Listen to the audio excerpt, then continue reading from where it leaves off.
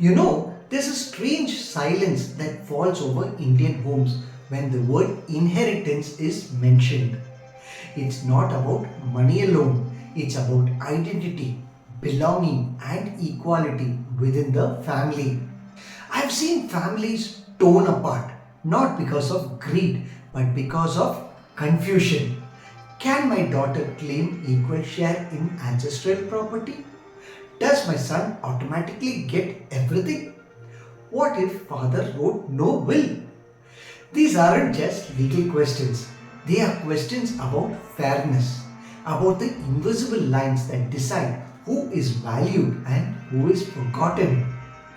Today, we are diving deep into succession rules for daughters and sons, not through dry laws, but through stories that changed India's idea of family and justice. Let's start with a landmark story that redefined equality. Vineeta Sharma versus Rakesh Sharma, a 2020 case.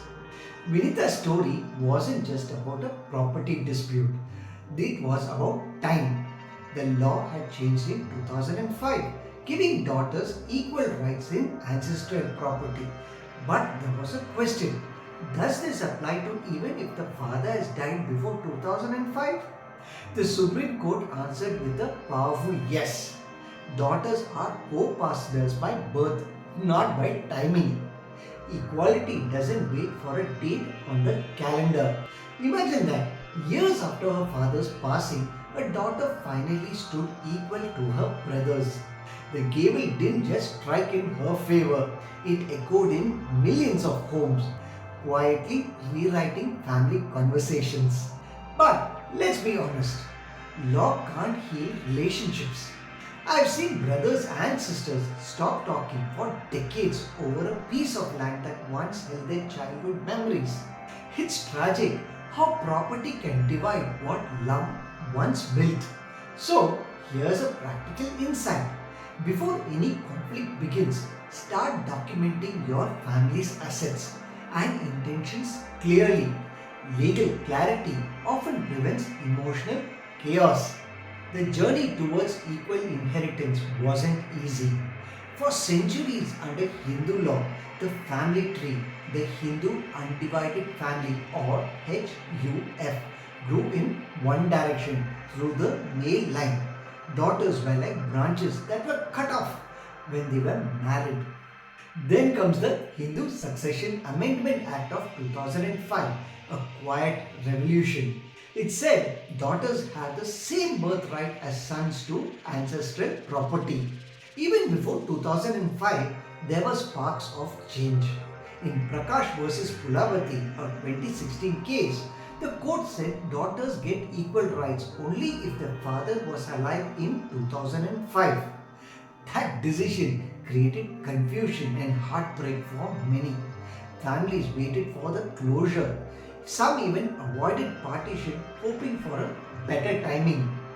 Then came Vineeta Sharma's case in 2020, the judgment that settled it once and for all. The law applies irrespective of whether the father is alive or not. This wasn't just a win for women, it was a win for justice itself. And if you think this is about Hindu law only, remember, every religion in India has its own personal laws. Under Christian and Parsi successions, daughters and sons have long been treated equally. Under Muslim law, shares are defined. Daughters do inherit, though often getting a smaller portion. Understanding your personal law is not just legal literacy, it's about emotional security. It helps you protect what rightfully belongs to you without hurting what emotionally connects you. Here's a story that always stays with me. A viewer once wrote to me about his sister. Their father had passed away without a will.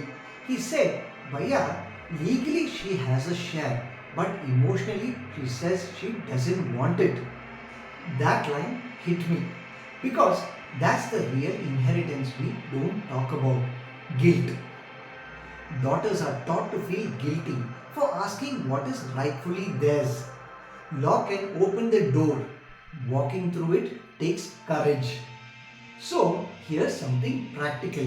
If you're a parent watching this, write a registered will. Make your intentions clear. Mention your daughter and sons equally, not because the law says so, but because your heart knows it's right. If you're a daughter, know this. Asking for your share isn't breaking your family, it's honoring the legacy your parents built. And if you're a son, remember, sharing doesn't diminish your worth, it multiplies your family's dignity. Let's break this down simply. For Hindus, including Buddhists, Jains, and Sikhs, daughters are co-partners by birth in ancestral property. They have the same rights and liabilities as sons. Even if the father passed away before 2005, the right still exists. An example is Vineeta Sharma's case in the year 2020. For Christians and Parsis, both sons and daughters inherit equally when there is no will. For Muslims, daughters inherit but shares differ. Generally, a daughter gets half the share of a son. However, wills and gifts called as hiba can equalize this if the parent wishes. For everyone, a registered will brings peace and prevents years of litigation. Document everything from property papers to family agreements.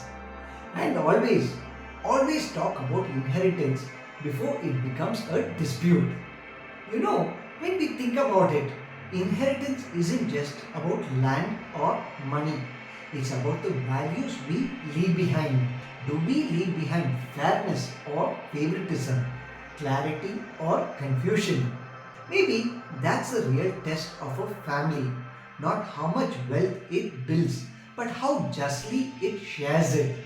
We can't control how we are born into a family, but we can control how we choose to define equality within it.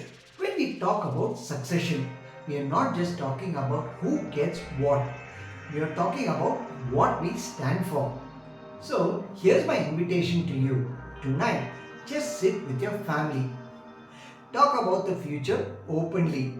Don't wait for courts to decide what love could have settled over a cup of tea. Equality doesn't begin in the law, it begins at home. If this video helped you see inheritance differently, share it before the silence in another home becomes a courtroom battle. Subscribe now because understanding your rights is the first step to protecting your peace. Take care. Bye.